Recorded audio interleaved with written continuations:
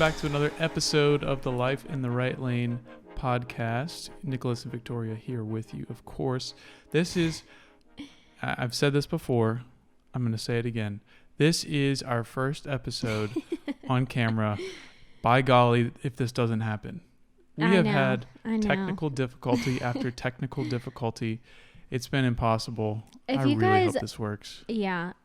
I put on stories last week or the week before about how every time we try to do something that it basically is for the Lord or to spread his gospel, something always gets in the way, like without fail. And that just solidifies to me in my mind that clearly we're doing the right thing because Satan really doesn't like us doing this. No. So unfortunately, that means it's very frustrating for us on our weekends trying to deal with all of this and like doing things and redoing it and making sure it all works. But, you know, it all works out in the end. And yeah, it's good. We're furthering his kingdom. So you know, I think whatever it takes. Last week was a big learning experience for me because I think it taught me a lot about, regardless of what we do, regardless of whether or not it works or not, because sometimes it won't, we're doing it for the Lord and we're going to do it with our best effort. We're going to put everything we have into it. And at the end of the day, that's what he cares about. It's kind of crazy in the society we live in that there's a God that loves us no matter if our effort is successful or not. Everything is about performance in our society, especially in America. And we serve a God where our performance does not matter. Yeah. And that's really freeing. Yeah, it goes against everything that we're conditioned to believe, like that our worth is found in what we do, what we accomplish, what degree we have, what job we have, how big our home is. Yeah. So that is very freeing. Right. For sure. And on a personal level, I've been learning a little bit more about not putting my worth in my achievement or my personal, strengths. And the more that I lean on my personal strengths, the more I'm apt to fail and it not be for God. But I have to lean on his understanding. I don't trust who I am and what my abilities are, but I trust him. That's a hard lesson to learn if you are more of an achiever like I am. Yeah. Yeah. I was going to say me too, but I don't think I'm as overachieving as you are.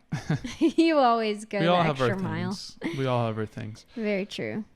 Okay, so today we just wrapped up. If you've been with us, if you're watching this, then we don't have them. We tried to video them last week. But if you haven't listened to the series that we just came out of, we talked all about sex and purity and what the Lord really has for marriage and our bodies. That was a really interesting and great series that we did. We really didn't want to do it, but everyone it seemed like every week somebody was messaging us asking to cover these topics, and so finally we broke down and we were like, okay, clearly like we should talk about this. So if you haven't listened to those episodes, there's I think 5 of them. Yes. So listen, or I was gonna say watch. Just listen to them. Wherever you get your podcasts to those 5 episodes and watch them in order. I keep doing that. Listen to them in order. Very soon they'll be able to watch anything we do. Yeah. Lord willing. So yeah, listen to them in order because they'll make the most sense. We kind of progress each week and tackle another aspect of what we built on last week. So anyways, but coming out of that, this kind of falls into a similar category, what we wanted to talk about. So basically, we wanted to touch on, because we've been recently convicted of this, and I think as Christians, it's a hard thing to navigate, but just the things that we allow ourselves to consume, whether that be what we're listening to or what we're watching. And it's a really interesting topic because it's probably not going to be what you think it is. Like, we know the things that are bad and the things that are good. But lately in the Screw Tape Letters even, we've seen that the devil is so good at disguising himself as good. Yeah. And just like, he comes as an angel. Like, we don't even recognize when he's moving. And I think we see that more today in today's age than ever. Right. In just the way that he disguises himself in culture and just the everyday mundane things that we consume and take in and don't even realize what we're taking in to our minds and our thoughts. I love that we don't even realize it. Yeah. We don't even recognize it, because if we did, then we would say no. He's very good at not using the obvious things, especially if you're a believer. Now, if you embrace him and you move more towards doing the things that he loves, then he might be more open with showing you things that are more demonic, more in the opposite direction of God. But I think for most of us, what we deal with is not the obvious, but it's these small little baby steps away from God and towards the nothingness that is a life apart from him. Dawson has joined us. Welcome to the party. So I wanted to start out with a few verses that I think about in talking about this topic. So one of them is Galatians 6:8. For the one who sows to his own flesh will from the flesh reap corruption, but the one who sows to the Spirit will from the Spirit reap eternal life. So I think that just goes to show that our flesh is very prone to be corrupt, and how much we have to be vigilant against that. Yeah. Time and time again, you see in the Bible how our flesh is weak. And so sometimes we don't even recognize the things that we're taking in. And other times we do know what we're watching or listening to, and we just don't want to listen to it because our flesh likes it. And then in Matthew 26:41, it says, watch and pray that you may not enter into temptation. The spirit indeed is willing, but the flesh is weak. So again, this is why we have to be watchful, prayerful. Hello. Dawson is like trying to stand on the table. He wants to read the word. You trying to read the word, buddy? He licks the word a lot. He does. He really chews on the word. No, he licks our Bibles sometimes and we're like, what? Anyways, so that verse just reminds me that me especially, like, I think, oh, I don't struggle with lust or sexual things of the flesh. Like, that's just not typically what I'm prone to. But I never want to get to a spot in my faith where I'm complacent and I think I'm good. Oh gosh, he's climbing on the table. No, he wants to get to Nicholas. The complacency is something we have to battle all the time. Yeah. But sometimes I think because like, no, I'm good, I'm doing fine, I'm not like thinking dirty thoughts, or I only want to do things with my husband, like all good things. But that, like, I'm not immune to any sin, to any temptation. And just because you haven't struggled with something at one point in your life doesn't mean that it won't ever show itself later. So that's why we have to be very watchful of the things that we are taking in and prayerful to discern those things, and make sure that they're good, wholesome things that we're bringing into our lives. Because you never know when that silent sin is that has lied dormant in your heart will just come alive one day and really take you out because you weren't being strong and warding against that. Yeah. You know? Have you ever gotten to a point where you've said, I don't struggle with that. This is something that I don't even understand it. Right. For me, and I would say there's a good amount of men that don't understand this. understanding how people will eat when they're sad, or like using food to calm their feelings. Yeah. I don't get it. So You're not a woman. I've heard that that's obviously more common with women. I wasn't going to come out and say it. But I could so see a scenario where I am, sad one day or just depressed or whatever. And I just say, well, I don't struggle with eating candy when I'm sad. So I'm just going to have a piece of candy and no big deal. Like, I'm not going to get addicted to it. Mm-hmm. And then pretty soon, that's the thing that you do the first time you're feeling the feelings of sadness or depression, and then you get into it, and then you find yourself down the road. How did I get here? I thought this wasn't a big deal, but the more you leave yourself open to things, and the more that you are prideful in the sins you don't struggle with, maybe that's the biggest lesson of them all. Don't be prideful with things you don't struggle with, because everything is fair game to Satan. Like, if you don't think you're going to struggle with it, don't profess that, because we are vulnerable as sinful humans. Yeah, he can use anything. Yeah, exactly. And like we've talked about a lot on this podcast, Satan doesn't just get you from A to Z. Like, he takes baby steps until you're finally inching closer and closer to the path that he wants to take you down. And that is clearly the opposite way that the Lord would have you go down. But I think it starts with the small things. So for example, so the whole point of this podcast is we've been convicted to stop watching How I Met Your Mother. And I really like that show, and I opened it up to Nicholas. Maybe that was not a good idea. Handing me the apple, Eve. I know. That's what it sounds like. But I mean, I've always liked that show. I think it's funny. It always makes me laugh. Like, literally, I laugh out loud. Hashtag LOL. Okay. So, well, let's first start with, what were the things that we started to notice as we were watching? That's what I was going to say. So, you can help me explain this.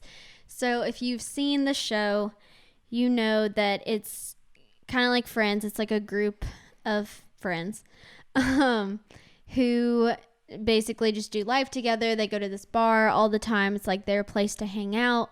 And weaved throughout the whole show is one of the characters, Barney, basically is a bachelor. He doesn't do commitment. He doesn't date women. He just sleeps with them and then leaves. And that's like a really fun part of the show, where they joke around a lot about like what girl he can or can't get and things like that. And just how many women he's hurt by. They make it comical. Like, the girl who sees him 2 months later will like slap him in the face and be like, but kind of making light of the hurt that he actually did there by just using them and leaving them. So that is a part of the show that they really spin off to be comical and funny, and it is funny. I'm not gonna lie. And then all of the other characters show the same traits in the fact of sex before marriage. So like I was saying, that kind of goes along with a spin-off of our series that we just came out of. So I think this was a good episode to do right after that, and a good topic to talk about. But all of the other characters, so there's 4 others in the friend group who all have premarital sex. They're not as bad, in that regard as Barney, this guy is. But they all are okay with sleeping with your significant other before marriage, living with your significant other before marriage, and drinking a lot, and drunken mistakes, and what else would you say? I think most of them have like a good heart, and that's what makes the show seem so you not you a kind big of deal. fall in love with the characters, and and you're part of the friend group and you feel like you really know them. Mm-hmm. So here's one of the verses in Proverbs that makes me think of this show. Mm-hmm. It's Proverbs 15, verse 21. It says, "Folly is a joy to him who lacks sense, but a man of understanding walks straight ahead." And there's another verse that I was looking for that I saw earlier, but I can't find it. About But the it's simple. no, not that one. Mm. It basically says sin and foolish behavior is a joke it's like a joke to those who commit it. And it's very true. People will revel in these mistakes they've made. Anyone who spent time with friends who go out and drink and do stupid things and then wake up the next morning and are in a mess of trouble, but they laugh about it, and it's like this really funny thing Funny story to tell enjoy 5 years telling. from now. Yeah, I mean, it's again, folly is a joy to him who lacks sense. All of this foolish behavior is a joy, and it's kind of what this show's about. There's all these funny situations they get into when they've been drinking, or maybe they just make a mistake, and it's never something that they are truly regretful of. It's like something that they celebrate. And I thought that was very telling of how our society views all these things and why it doesn't make sense to them when we choose the straight path, because it's like we don't have any joy. Yeah, right? That's true. They There's think no Christians fun aren't in fun. our lives. Yeah. And that's exactly what we're talking about with this like slow inch closer and closer down the path where Satan is leading us. And it starts with these shows like this that are, and just culture in general, and just shows nowadays that, I said that weird, nowadays. Nowadays. Okay, that was weird. Just like really any show, they're just so normalizing these ideals that we as Christians know are not biblical, and we know that, and we think, oh, I know that, I can watch this show, it's just funny and silly and lighthearted, but we don't realize how we're normalizing that in our spirits and conditioning ourselves to be okay with these ideals and these morals that don't line up with the Word of God. So I think, now this is like extreme, but I think this could be an example of where the devil starts inching and I've seen this in my own life, so I know this is a good example actually. He starts out small with just opening up your eyes and your ears to shows that you think aren't that bad. And then it turns into you're watching more shows with sex scenes and more just profanity and Dawson didn't like that. Drugs and bad language, just things of that nature. And then before you know it, your flesh rather, really starts liking these things because it's sin, and our flesh likes these types of things that the world wants us to watch. And so anyways, so you like it, so you crave more, and then it could turn into an addiction, which eventually leads to porn, right?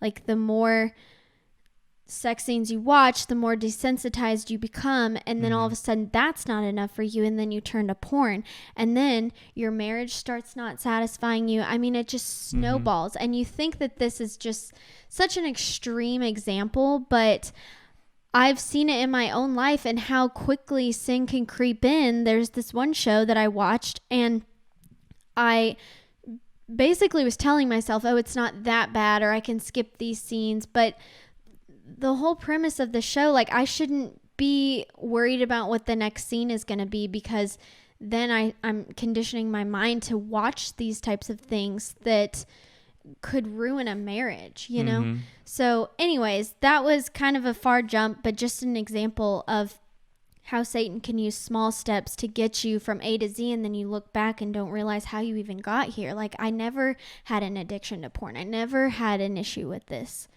So anyways, that was just an example that I was thinking of Yeah. And just how quickly things could spiral.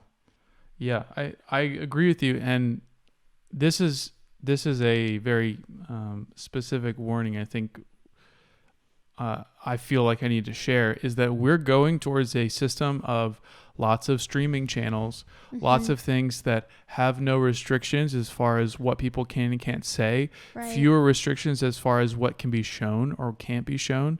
I've seen over the past couple of years so much more nearly X-rated content, or even just wholesome shows that now let you hear the curse words that they put in. Yeah. It just gets more and more pushing the boundary. Full of things that are not good. And you read the Bible and you'll understand why those things are not helpful, not because we're trying to be prudish and withhold good from ourselves or make ourselves so weird because we don't understand culture. Right. It's because we are giving thought to our steps. So Proverbs 14 verse 15 says, "The simple believes everything, but the prudent gives thought to his steps." And I firmly believe that the more that we allow into our minds and become an open door for, the more we will find ourselves doing things that are not characteristic to what we believe. Because what we put in our minds is what we think about. What we think about becomes what we care about, and then what we care about is what we do. So the more that we pursue things that do not line up with what we truly believe and are not prudent in getting them out of our day, the more we're going to end up in places we never intended to be because we let it become a part of our life. And I can see in the next, even in the next couple of years, this being a real problem as people are consuming more television and shows that they're streaming that don't line up with what we really believe. I can see it even just in the culture's music. So on my Spotify, I have all of the explicit songs disabled. I did not know that you could do that. So I'm totally going to do that. Nicholas mentioned it the other day and I was like, what? Because I had a song came on and I was like, whoa, don't need to be listening to this. And you mentioned that you have your explicit turned off. Yeah. So and I need just to do from that. my personal experience, I used to listen to that type of music. I used to be okay with What it. What type of music? What do you mean? Music that has a lot of curse words in it. And I used that to say... doesn't seem like you. Well, it was a phase. Nicholas just like rapping in the car. Well, so the thing about hearing that language all the time is, again, what you always talk about, which it becomes normalized. Yeah. And so anyway, I have the explicit turned off because I don't need to listen to that. Yeah. And I go to any playlist on Spotify. Sometimes I'm like, all right, my Christian rap or electronic music playlists are just sort of getting boring. So I'm going to go see what they have in terms of workout playlist. You like can't listen to anything because you might get 3 songs on a playlist that don't have curse words in them. And then you go look at the US top 50, you might find 2 songs. Yeah. It's becoming so much more common to hear that. And look around you. Are you hearing people use curse words a lot more? I am. Yeah. I'm hearing people, and the Bible said, let no unwholesome talk come out of your mouth, but only what is good for building others up. There is no reason that you need to be speaking that way. Does that bring life to someone? No, it doesn't. So, but it's funny, like you were saying. Exactly. It's so simple. it makes your lips tingle as it leaves your mouth. Yeah. And it's not a good thing. Sorry for that bump. It's not a good thing. And we are normalizing it through the music we listen to. And it's just going more and more in that direction. So as far as what we put in our minds, in our ears, what we watch, even the people that we're around, it has to be intentional. And I'm not saying completely avoid all of culture. Right. We don't want to be that far removed. Right. And that's why the Christian walk is so difficult, right? I know. It's this weird tension of walking with sinners, but not being around them all the time to where they're affecting you. It's a very fine line to walk. One of the things that struck me from conversations we had about how you were having a difficult time connecting with certain people at your job was they would talk about things on TV or stories about celebrities that you just didn't care about or didn't bring life. And you would say to me, I don't even know how to connect with them over this because I'm so far out of it. And some people would really belittle you because you didn't know what it was, or you didn't know who a person was, because you just weren't in that. Yeah, I'm really bad with like famous people. I don't know what it is, but I know like the main ones, like Sandra Bullock and Ryan Reynolds. That's the only two. Yeah. I'm not even thinking of anybody else. I don't think it's a bad thing to not be so infatuated with sinful Hollywood. humans. Yeah. Yeah, we really idolize famous people. That's another story for another day. What were you getting at, though? When we were talking about that, we were talking about how do you have conversations with people that are so into this? Yeah. Because if you don't follow Jesus, you're going to be in the world, and the world looks very different. And that's watching and listening to things that, of course, are not building people up. So how do you have conversations with those people? Because you're not going to go do all those things so that you can be just like them.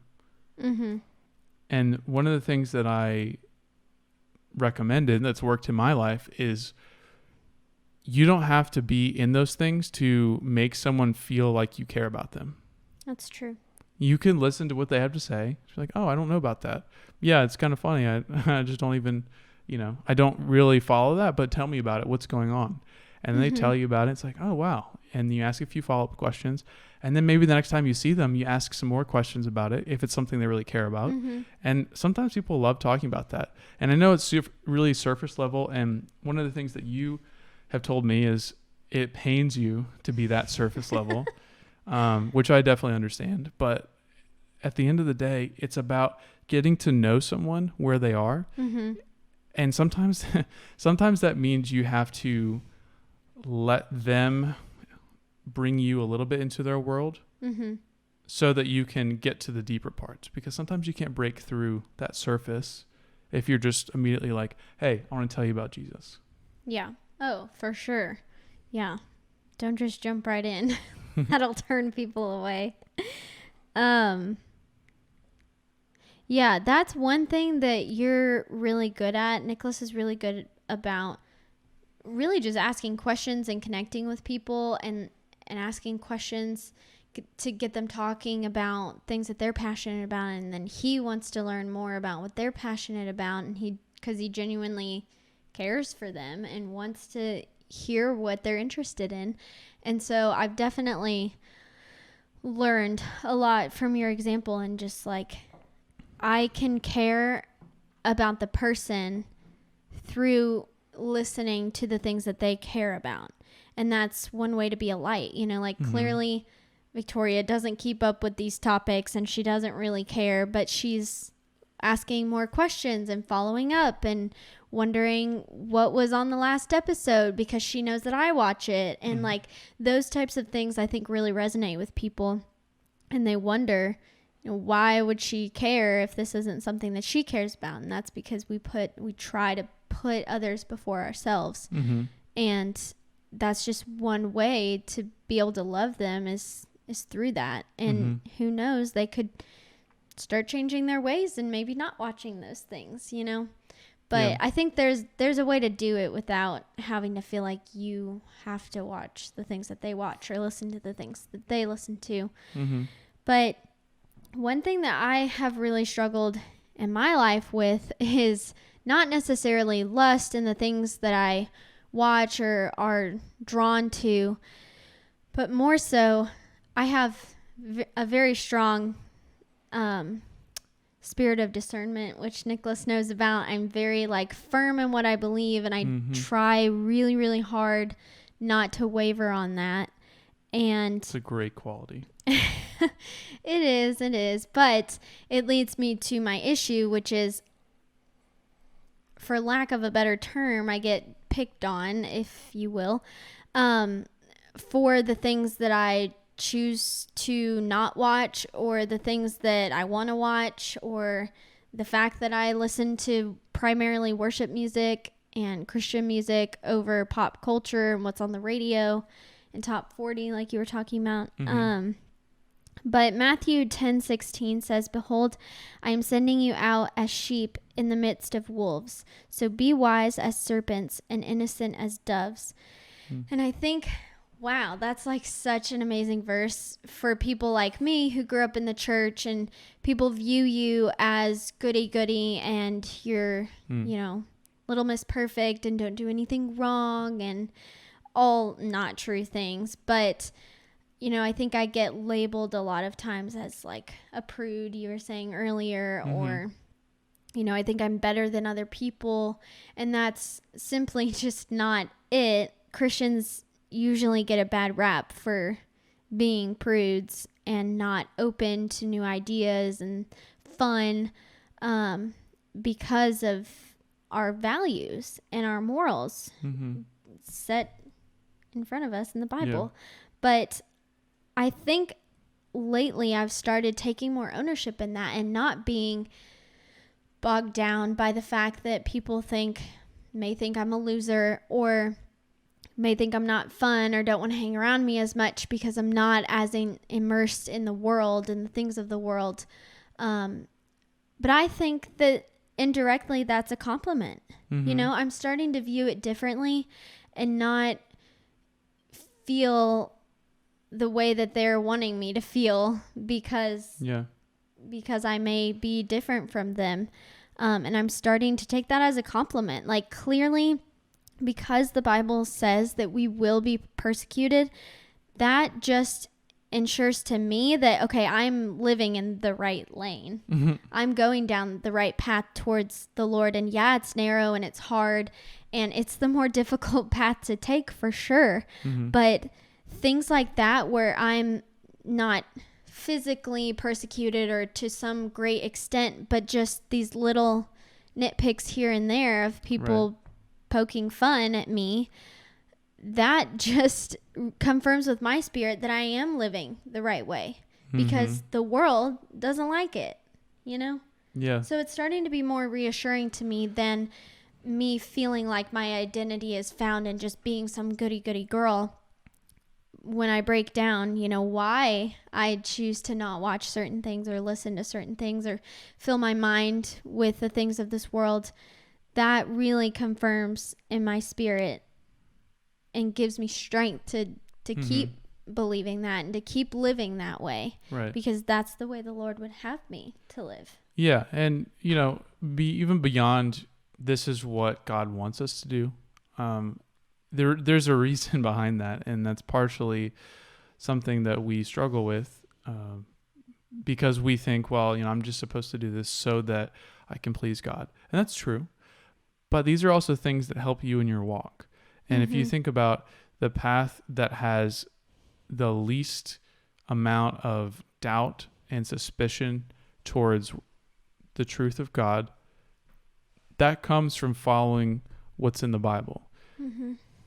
The sad truth is that Satan will allow these little deviations from the path to come, and he will tempt you. And the more that you give in to that temptation, the harder it gets to pursue God. And that's the point. He wants to make it look so difficult to get back to the path that you just give up and you stay in the thicket. But that's thicket. That's a good word. Thicket. That's such a good strategy, because if you think about it, he wants you to say, I'm too far, or it's just too hard to get back to that. My lifestyle is so much different now, and I just can't go back. Yeah, you're exactly right. There are a lot of people that think they're, quote, too far gone, and that's just absolutely not true. And I definitely pray against that lie of the devil, because that's straight from him. Yeah, it is. But all these things, all these laws, so to speak, these are things that are supposed to help us and will actually keep our conscience clear, that will bring us life. One thing that I've realized recently is just talking about sarcasm last week with our church group. People who are very sarcastic are rarely joyful, and vice versa. And I think that because they have adopted this very cynical worldview that lets them make fun of a lot of things, but there's no true joy there because they're embracing the world. They're embracing things that don't bring them life. And while they might be celebrated by non-believers, they don't have that true joy. And that's what God wants for us. And so it might feel like you're giving up something that's joyful, right? Because we are having to embrace things that are quote unquote boring or not fun or childish. The list goes on. We're not giving up those things just so we can put on our choir robes, but we're doing it so that we can have a fullness of life in Jesus. And until you give that a chance, you're not going to know what I'm talking about. But I feel like even though I've put boundaries on that explicit music on my life, and sometimes it's frustrating because I just want more selection, honestly. At the end of the day, it doesn't reverberate around my head and make me negative. It doesn't bring those words to my lips when I'm ready to say something. I'm constantly filled with positive messages, and that really helps. Your life will be a lot better. That's true. If you are filled with that life, as opposed to filled with things that are a combination of anger, foolishness, and just a very cynical look at life. Yeah, I couldn't agree more. I'm definitely not sarcastic, that's for sure. You're right. You're a very joyful person. Farthest thing from it. Yeah, and that is really cool that it usually is the opposite. If you're not sarcastic, then you're usually more joyful. Yeah. I think that I'm a walking testament to that. I don't get sarcasm very often. I think the last thing I would just leave with everybody is this verse, this charge really from Paul, I think, writes Philippians, doesn't he? You're correct. And I just find it really encouraging, and I find myself coming back around to this scripture whenever I feel like going with the crowd or what the world is telling me to do.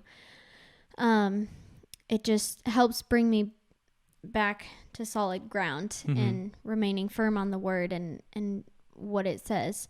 So Paul says in Philippians 4:8, "Finally, brothers, whatever is true, whatever is noble, whatever is just, whatever is pure, whatever is lovely, whatever is commendable, if there is any excellence, if there is anything worthy of praise, think about these things."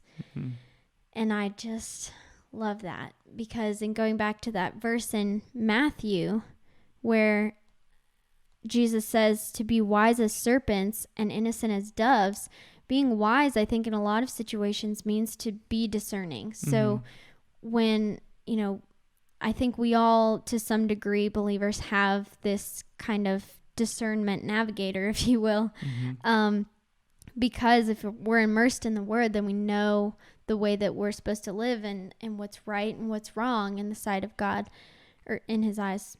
You know what I mean? But so we already have that discernment if Jesus lives inside us. And then if you're like me, then you're like overly discerned and you're like no to everything. But I think that when you have Jesus in you, then these things that are lovely, that are true, that are honorable, that are good and noble, those things show themselves to you, and you know the things that are on this side, and therefore you know what aren't those things, what things don't have these good righteous qualities in them. And I would say if you're unsure, like, well, I watch Friends, is that bad then? That would be a situation where I would pray about it, and the Lord will show you which way you should go. Yeah. But yeah, I think when we're in Christ, then that spirit of discernment is there, and we know the things that we should follow and the things that we should push away. Yeah. So that verse just is just pretty, because I just like it. Whatever is pure, whatever is true, whatever is noble, it's just it's so great, and we want to be these things because Jesus was these things, and we want to mirror him as much as possible. Yeah. Obviously we're sinners, but life is too short to spend it chasing the things of this world, and that means chasing the 2-second laughs that you might get from watching a show that everyone else likes. It is really a cheap thrill, and if that's something that's going to cause you to stumble, then you need to cut it out of your life. Right. But you're right. You have to have that prayerful spirit of discernment, and you have to allow God to show you what might be hurtful to you. And it's not always the same for everyone. And so that's true. We're not saying blanket, you can't watch these things or do these things, but spend more time in the Word, and you will start to see more and more the things that you need to back away from. Yeah, that's a really good point. We're definitely not saying you're a sinner if you watch How I Met Your Mother, but that is something that in time the Lord reveals to us. And this was something that Nicholas came to me and said, I feel like we shouldn't watch this anymore because of X, Y, and Z. And I immediately was on board because I knew what he was getting at and the exact scenarios that he's talking about that happen in the show. And I'm just like, yes, I hate that, but I know that we shouldn't be normalizing this in our minds and having this resonate in our hearts. So yeah. I think in due time, the convictions will come, and we just have to be willing to listen to what the Lord is saying we should do. Yeah. So hopefully this was helpful. It's a weird conviction, I know. No more How I Met Your Mother in the Layne household, but I'm excited, and I already feel like we're lighter, and I can already sense like a shift in this household, and that's what we want. So hopefully you can look inward and think about the things that you listen to and that you watch on a daily basis, and start to really ask yourself and ask the Lord, what are the things that maybe I need to weed out of my life, or at least for a season, or how can I get back on track, or what shows are good and wholesome to watch, and what should I have playing throughout my house when my children are here, in the car. Definitely, I definitely think it doesn't hurt to ask for those convictions, to ask the Lord which way you should go. Yeah.